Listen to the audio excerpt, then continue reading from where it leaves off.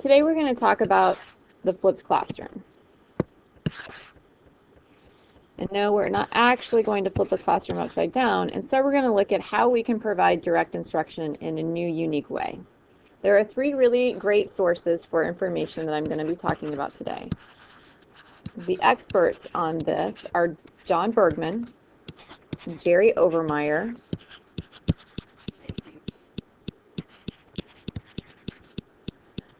and Brett Willey. And they have a great website called theflippedclassroom.com.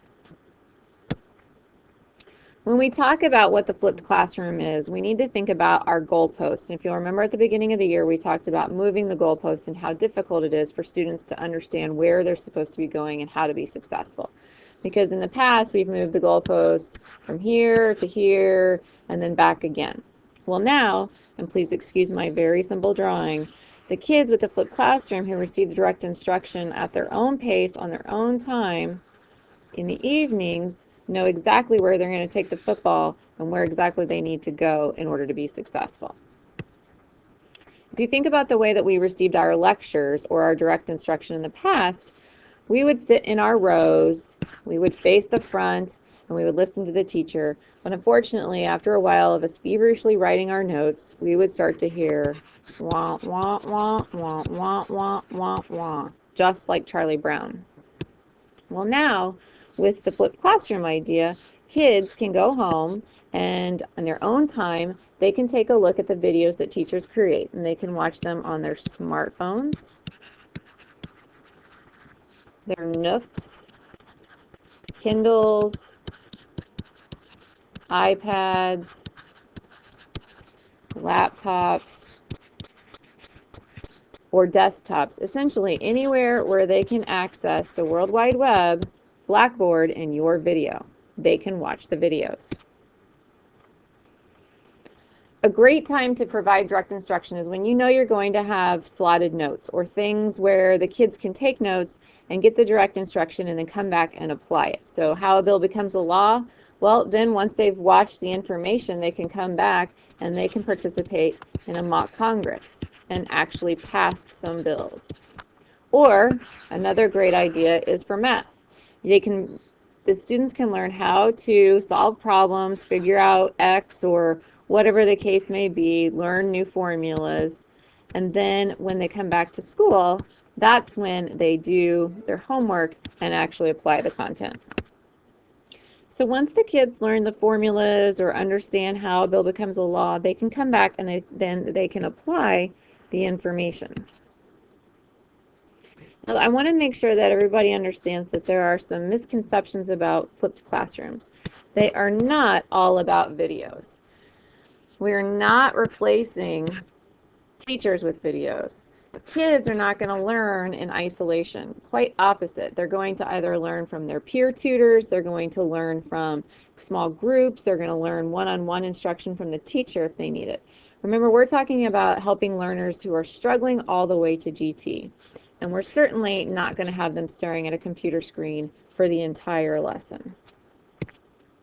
Instead, we're going to have them apply their learning. So they're going to watch the video in the afternoon or in the evening or whenever it's convenient for them, and then they're going to apply their learning, and we're going to be able to increase the interaction and personalized contact time between the teacher and the student or students. We're going to be able to differentiate the learning because remember, we have strugglers and we have our GT and everything in between. So we want to make sure that we're hitting all of our learners. And by being able to apply the learning instead of getting the learning and applying it at home, kids can clarify their understanding right there where the teacher is. It also makes the students responsible for their learning. And instead of being a sage on the stage, the teacher is now a very cool guide on the side. So what do you need to do in order to start making these videos? Well, one of the very key things is to begin with the end in mind. Know exactly what you want the students to learn and how you want them to learn it. And then ask yourself, is a video appropriate? If it's not appropriate, no video. If they need to learn exactly from you, directly from you, don't make the video. However, if they can learn the direct information from a video, then go ahead and make the video. Video should be no more than 10 minutes. Just like the teachers in the classroom, and we say teachers shouldn't talk more than 10 minutes without 2 minutes of processing time, that's the same idea with the videos. And the best part about this is we can make these videos available 24/7 on 24/7, and the students can really go back and review their learning as they need to. So, how long are those videos? No more than 10 minutes, like I said earlier. Remember, we're talking about middle school students, and so we want to consider their attention span. And when we're thinking about direct instruction, no more than 10 minutes.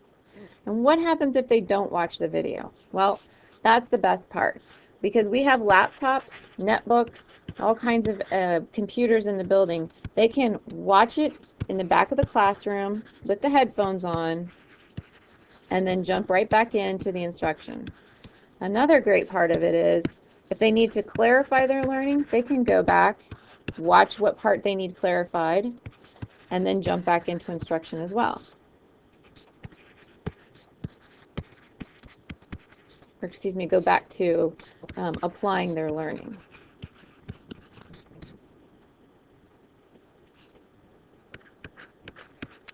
One of the things that you can keep in mind is when students, if for some reason a student couldn't watch it, they can always, with your permission, watch it on their student-owned or parent-owned, student-lended devices, which is a great way for them to not only learn the material, but also learn it on their own device so they know how to go back and access it when needed. How do you make a video? Well, I made this video using Smart Notebook, the recorder, and my tablet laptop. And granted, I'm not the best drawer, but these 3 things made it very simple. If you want more information about how to make a video, Sam Rhodes just tried it in his math class. Joan Brown can help you with the Smart Notebook and the recorder. And you can access the ROC on Blackboard and take a look at February's issue, which provides you a variety of websites that you can take a look at that will help you get started. Thanks for listening.